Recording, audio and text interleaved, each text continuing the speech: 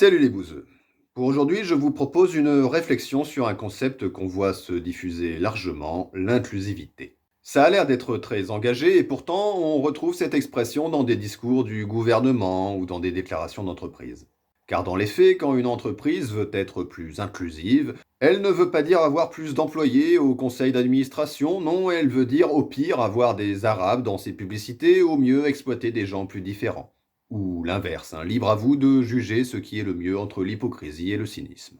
Il s'agit alors de se demander, est-ce que ce concept est foireux, est-ce qu'il est récupéré, ou est-ce qu'il est récupéré parce qu'il est foireux?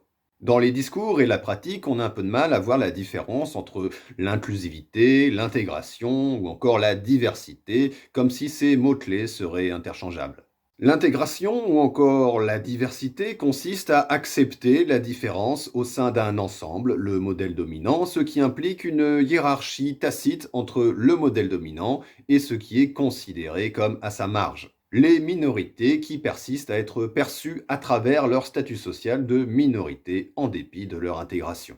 À côté de cela, l'inclusivité est censée aller plus loin et cherche à inclure cette différence en adaptant l'ensemble, le modèle dominant, à cette différence afin que cette différence n'en soit plus une. Pour illustrer, l'intégration au travail ou à l'école de personnes handicapées consiste à ouvrir un local spécial adapté aux handicapés, tandis que leur inclusion consiste à leur permettre l'accès à l'ensemble de l'école ou de l'entreprise qui sont alors adaptés en totalité à leurs conditions. Vous avez normalement désormais les clés pour distinguer celles et ceux qui parlent d'inclusivité pour faire cool quand ils ne font que vouloir l'intégration. Mais ce n'est pas tout, car on remarquera aussi dans les milieux militants quelques abus de langage. Des féministes généralement blanches vont par exemple se revendiquer intersectionnelles parce qu'elles pensent à la situation de toutes les femmes, qu'elles soient non blanches, LGBT, grosses, handicapées ou pauvres. Mais l'intersectionnalité, ça consiste à réaliser qu'une personne ou un groupe à l'intersection de plusieurs oppressions subit une oppression spécifique qui est en quelque sorte la fusion de plusieurs. Typiquement, une femme noire ne subit pas vraiment à la fois le sexisme et le racisme, mais plutôt le mélange des deux, ce que les afroféministes appellent la misogynie noire. De la même façon, une femme prolétaire ne subit pas le sexisme comme une bourgeoise, elle subira un sexisme spécifique à son statut social économique. Contrairement aux femmes prolos, il y a peu de chances que Marine Le Pen se retrouve obligée de faire des ménages comme sa mère. Maintenant qu'on a débroussaillé sur les abus de langage, on peut se demander comment ça marche l'inclusivité. Techniquement, on inclut les autres. On ne s'inclut pas soi-même. On ne demande pas à une femme d'être plus inclusive envers les femmes, à un noir d'être plus inclusif envers les noirs, à un handicapé de faire des efforts pour s'adapter aux limites des handicapés. L'inclusivité est donc à l'initiative du groupe dominant. En tant qu'homme, je vais penser à inclure des femmes, en tant qu'hétéro, à inclure des LGBT, etc. On a donc un premier problème. Si l'émancipation des opprimés doit venir des opprimés eux-mêmes, pour paraphraser Karl Marx, ça ne colle pas car on se retrouve avec un principe qui rend l'émancipation à la charge et au pouvoir du dominant. Le dominé n'est pas totalement acteur de son émancipation et de la réforme ou révolution du modèle dominant.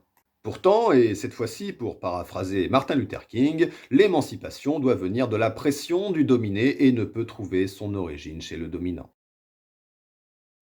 En effet, la limite de l'inclusivité est de s'enfermer dans une idéologie libérale qui occulte les rapports de force, un monde utopique de bisounours où l'égalité trouvera son apogée grâce au bon vouloir de celles et ceux qui possèdent le pouvoir, mais qui vont le partager grâce à leur bonne morale et leurs bons sentiments. Pourtant, il ne viendrait à l'idée de personne de faire confiance aux entreprises multinationales pour résoudre la crise écologique. Ça serait complètement con. Une autre limite est la porte ouverte au washing et au tokenisme, bref, la caution. Ce sont des notions qui mériteraient un sujet à part, alors on va faire ça vite. Nous avons tous en tête l'une ou l'autre entreprise qui va mettre un noir dans ses publicités quand son conseil d'administration est rempli de cachets d'aspirine. J'ai le droit, je suis blanc. Ou alors ce pays qui n'est pas raciste parce que, regardez, son chanteur préféré est noir. Ou alors ce parti qui a un ami arabe, mais lui, ça va, c'est un bon arabe qui mange du saucisson. La caution, la Libye, est une représentation symbolique de l'intégration, de la tolérance ou de l'inclusivité. Une personne alors désindividualisée incarnera cette ouverture et sera chargée implicitement de représenter sa minorité. Mais c'est un symbole qui ne change rien au modèle dominant. Au contraire, il ne fait que valider le statut de minorité. Le dominant possédant le pouvoir d'accorder de bonne grâce une place au dominé, en toute logique, cette place sera limitée selon les intérêts du dominant. Évidemment, cette limite hypocrite vaut pour l'inclusivité comme pour toute volonté, réelle ou non, d'ouverture à la différence. Et on aurait tort de rejeter un concept sur le prétexte de la mauvaise foi de celles et ceux qui le pervertissent. Mais même sans mauvaises intentions, on peut être tenté de représenter une communauté quelle qu'elle soit, avec des apparences d'inclusivité, sans pour autant que cette inclusivité existe dans les faits. Finalement, l'inclusivité, c'est un peu comme la tolérance, les endives ou les topinambours. C'est bien, mais pas top. Quand tu n'as que ça, à défaut de pire, tu vas pas cracher dans la soupe, mais on aurait tort de s'en contenter.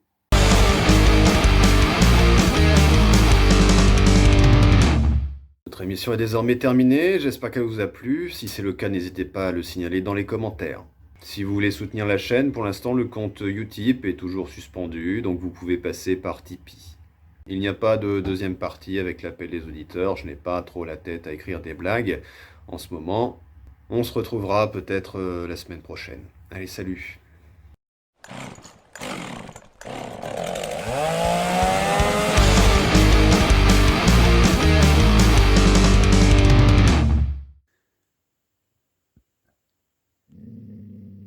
Mais qu'est-ce que tu fous là, toi? T'es perdu.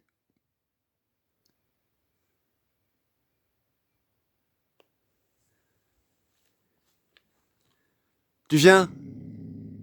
Ouais, fais pas le malin, t'es perdu.